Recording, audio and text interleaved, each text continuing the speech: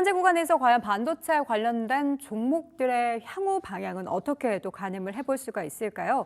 바로 이어서는 긴급진단 두 번째 함께 해주실 분은 현대차증권 노근창 센터장 함께하도록 하겠습니다. 센터장님 어서 오세요. 안녕하세요. 네, 반갑습니다.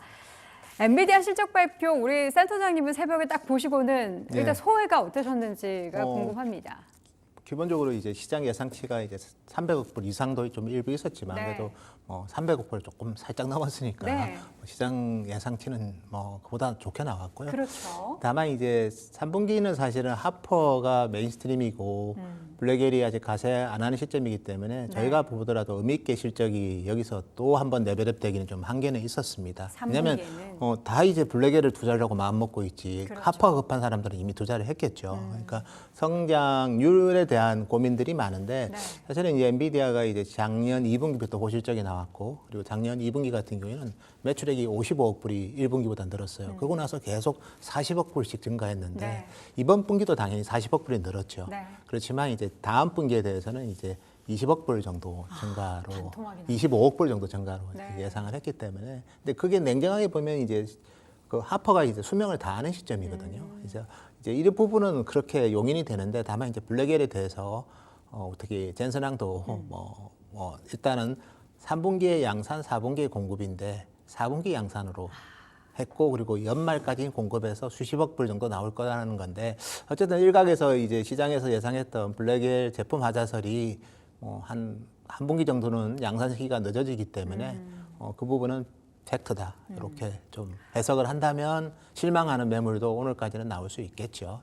지금까지 그 성장률이 뭐 50억 달러, 40억 달러, 45억 달러였는데 3분기에 25억 달러에 거기에 만약에 우리가 예정대로 블랙웰이 붙어서 3분기가 실적이 받쳐준다면 뭐 40억 달러, 50억 달러로 또 기대할 수 있었는데 이게 4분기로 이연되다 보니까 숫자가 뚝 떨어지는 거고 저는 사실은 3분기에 대해서는 뭐 월가에서는 좀 더 좋게 보는 시각도 있었지만 3분기는 어느 정도 그 정도 레인지면 저는 충족된다고 봐요. 다만 이제 양산을 4분기에 이제 블랙엘을 하면 과연 얼마나 매출이 잡힐 거냐. 그래서 수십억 불이 블랙엘이 들어왔을 때 하퍼는 안 빠질 거냐. 뭐 이런 거를 고민해 보면 근데 또 수요 괜찮다고 뭐 그거는 이제 내년을 연간으로 봤을 때 왜냐하면 그럴 수밖에 없는 게 대안이 없잖아요. 그러니까 AMD의 MI300도 뭐 특별한 대안은 안 되는 거고 뭐 수억 불 정도 매출이 나옵니다.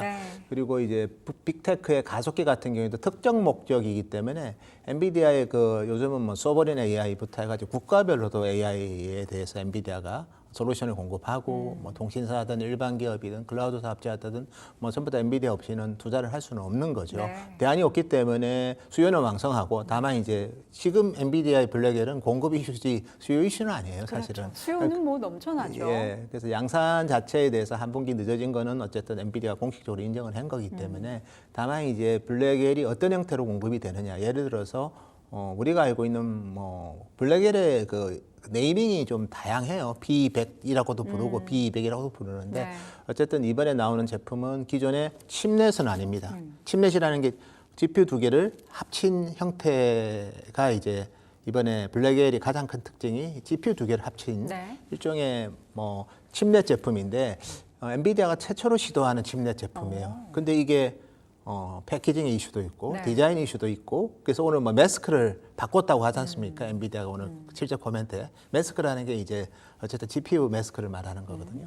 그래서 실질적으로 본다면 칩넷에서 엔비디아가 한 삐그덕 됐고요. 이유를 떠나서 그래서 그 칩넷을 하나로 쪼개가지고 만드는 B200 블랙엘 A라는 에어쿨링이라는 이 제품이 4분기에 공급된다는 말입니다. 양산을 해서. 그래서 이 부분 뭐 시장에서 우리가 특히 테크 쪽에 보시는 분들은 대부분 공감하는 내용이라서 근데 이런 부분에 대해서도 이제 젠슨항이 아주 클리어하게 얘기는 안 했어요. 수요 좋고 우리는 양산하고 우리는 공급한다. 그리고 수십억 불이 될 거다. 수십억 불이 사실 엔비디아 데이터 센터 GPU가 다음 분기에는 한 200, 뭐 저희가 봤을 때는 한 85억 불 정도 될 거고 4분기에는 그거보다 더 증가한다면 한 290억 불, 뭐 300억 불도 되는데 그 중에 10%밖에 안 되는 거거든요. 그래서 그 부분을 너무 강조하기보다는 어떤 물론 뭐 기술적인 거를 다 투자자한테 공유하기는 힘들어요. 그리고 그게 또 TSMC의 또 기술이고 또 일정 부분 또 기술에 대한 또 모든 걸 다 노출할 필요는 없으니까요.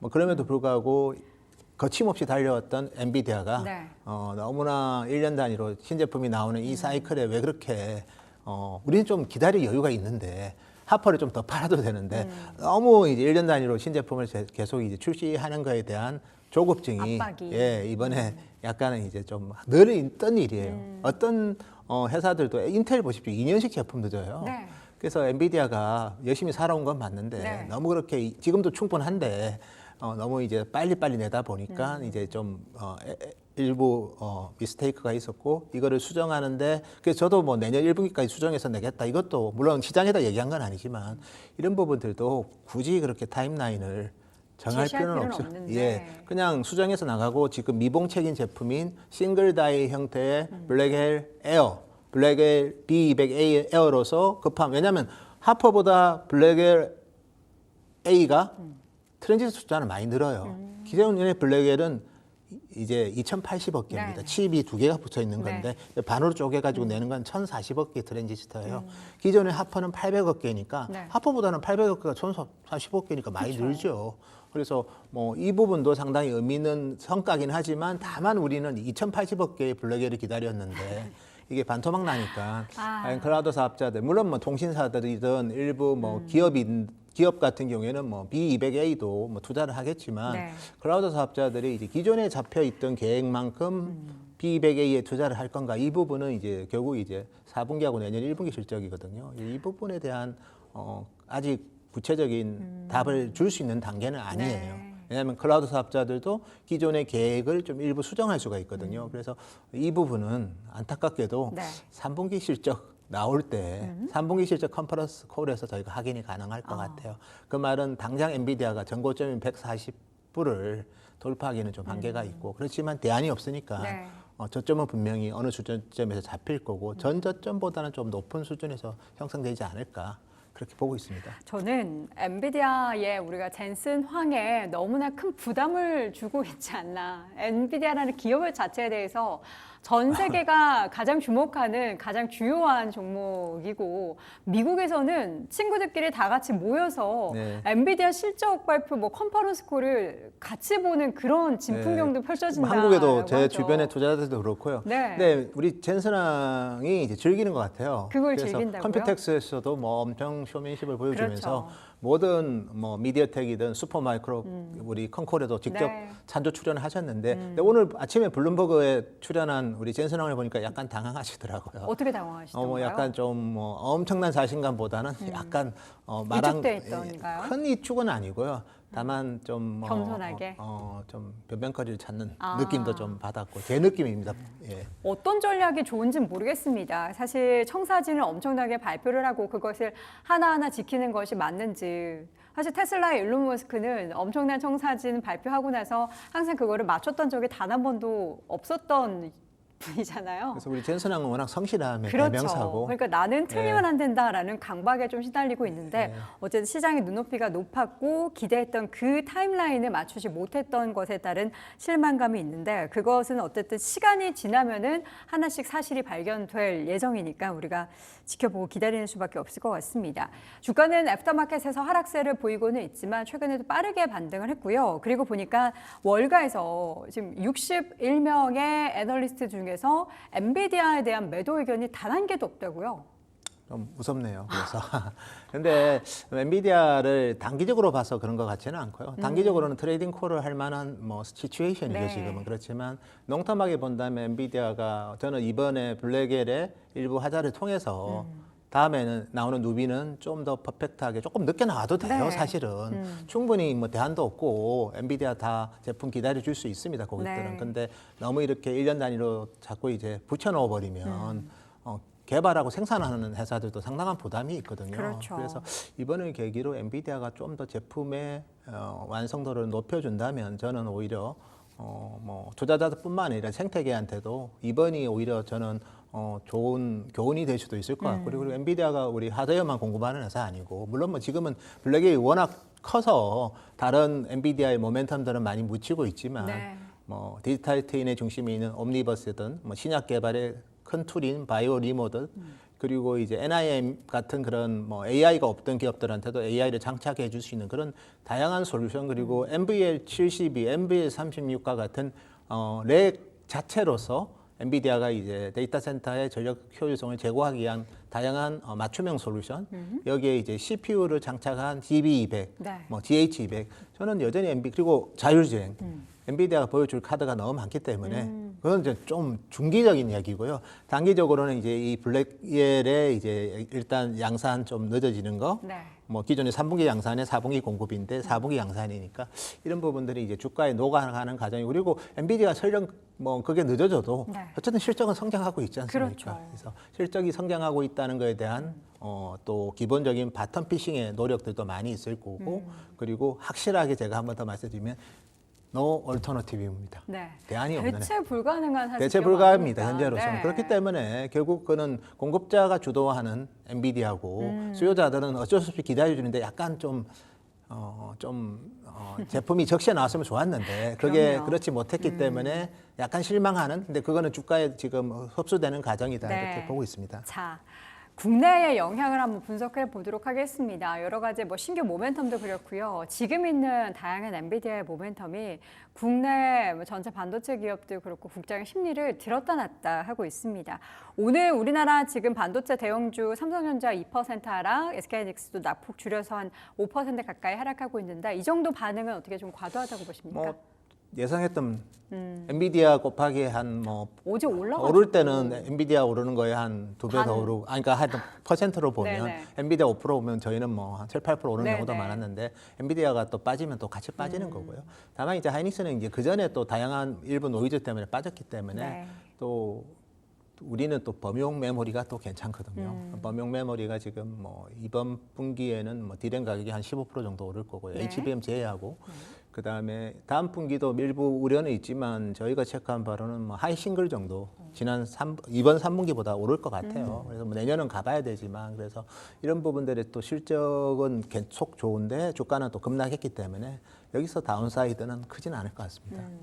추가적인 하락을 염두하기보다는 어떻게 좀 단기적인 지금 저점을 다지는 구간이라고 저는 생각하시나요? 엔비디아랑 SK하이닉스랑 잘 사는 전략 둘 다 네. 유효할 것 같습니다. 예. 잘 사는 잘 매수하는 전략, 네. 저점을 잘 잡는 전략, 뭐 그게 결과적으로 트레이딩을 하든 아니면 바이앤홀더를 하든 엔비디아랑 하이닉스랑 지금은 이제 뭐 특히 하이닉스 같은 경우에는 다운사이드는 저는 크지는 않은 것 같습니다.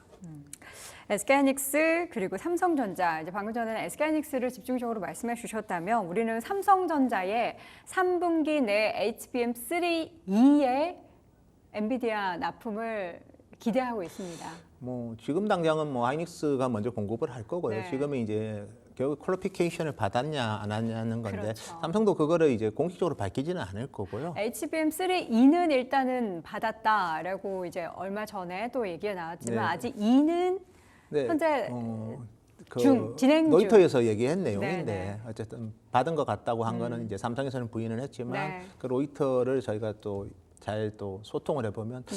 엔비디아 소수다 그게. 그래서 결국 이제 뭐 통보는 될 거고요. 뭐 어느 시점에 되는지 이미 통보가 됐는지 이제 저도 뭐 굳이 하기는 통과됐으면 삼성 쪽에서 가만히 있지 않지 않겠습니까? 요즘은 이제 삼성도 이제 좀 너무 이제 지났기 때문에 주주와의 소통을 안 합니까? 예, 주주와의 소통을 하지만 네. 이런 고객의 정보에 대해서는 또 최근의 스탠스는 그냥 고객과의 정보다. 예, 그래서 아마도 뭐 제가 봤을 때는 뭐 숫자로서 보여주려고 할 것 같고요. 네. 그래서 이미 저는 뭐 계속 했던 얘기인데 시장에서 아무도 안 믿어서 뭐 좀 답답하긴 했지만 마이크론이랑 삼성이랑 공법이 똑같습니다. NCF 필름에다가 HBM 쌓는 공법이고 이제 또 레조랑이라는 일본 기업이 또 그 캐파 증설을 많이 했거든요. 네. 그렇게 본다면 마이크론이 공급하는 HBM3를 삼성이 계속 엔비디아에 공급 못한다. 이 시각 자체도 또 지나치게 또 좀 비관적으로 보는 거기 때문에 또 뭐 저희가 봤을 때는 또 삼성의 웨이퍼 캐파가 내년에는 엔비디아한테 필요할 것 같아요. 올해는 뭐 하이닉스가 하고 뭐 마이크론이 하면서 일정 부분은 충족할 수 있겠지만, 네. 그러니까 H200부터 HBM3E가 들어가거든요. 그러니까 하퍼 100이 아니라 하퍼에서 임프루브된 하퍼 200부터 HBM3E가 들어가고, 그다음에 이거를 그레이 CPU랑 합친 GH200도 HBM3E가 들어가요. 이런 물량들은 아마 하이닉스랑 마이크론 일정 부분 할 거고 또 일정 부분 삼성이 또 앞으로는 하겠지만 네. 블랙웰이 또 양산이 이제 4분기면 당장 급하지 않거든요. 그래서 그런 부분 차원에서 뭐 퀄리피케이션 받았다면 이제 매출로 이어지는 시점은 뭐 연내 후반 제일 뭐 하여튼 그 정도만 돼도 네. 뭐 큰 문제는 없을 것 같습니다. 자, 이제 3분기가 어떻게 보면은 약간의 좀 우리가 옥신각신 변동성을 줄 수 있는 그런 좀 구간이 될 거고 4분기가 되기 전에 이제 뭔가 좋은 소식이 조금씩 들려오기 시작하면 그때부터 뭔가 반도체 쪽에 다시 한번 좀 훈풍이 불지 않을까 하는 기대감을 좀 갖는데 예. 센터장님 어떻게 타임라인을 우리가 한번 짜본다면 예. 어떨까요?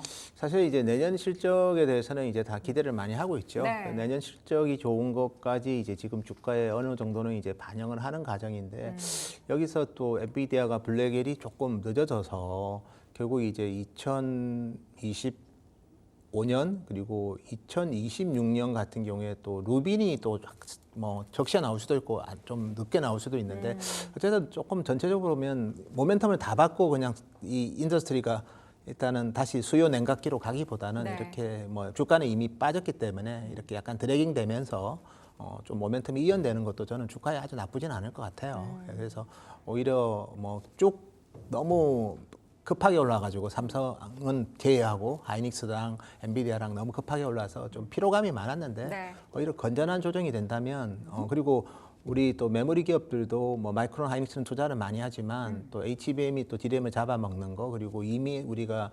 2023년에 대규모 적자를 기록하면서 네. 많이 좀 신중해졌어요 투자에 있어서. 그래서 그런 부분들을 고려해 본다면 뭐 제가 봤을 때는 26년 사이클까지 좀 더 양호할 거라고 보이면 주가는 한 번 더 레벨업 되지 않을까 그래 보고 있습니다. 네.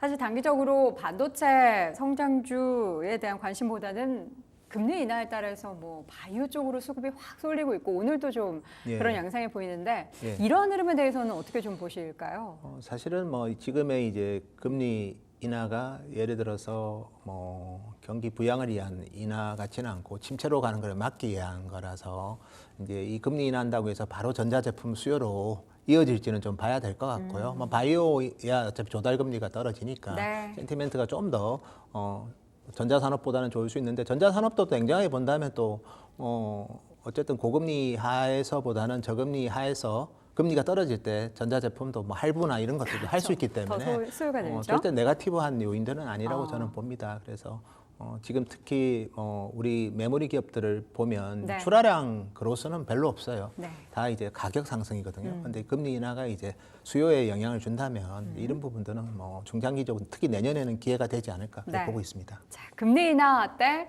바이오만 수혜주 아니다. 반도체도 분명히 수혜를 받을 수 있다라는 내용도 여러분 염두에 두시면 좋겠습니다. 자, 오늘 엔비디아 실적 발표 그리고 관련한 내용에 대해서 저희가 긴급진단 두 분을 모시고 이야기 나눠봤고요. 현대차증권 노근찬 센터장 함께했습니다. 센터장님 고맙습니다. 감사합니다.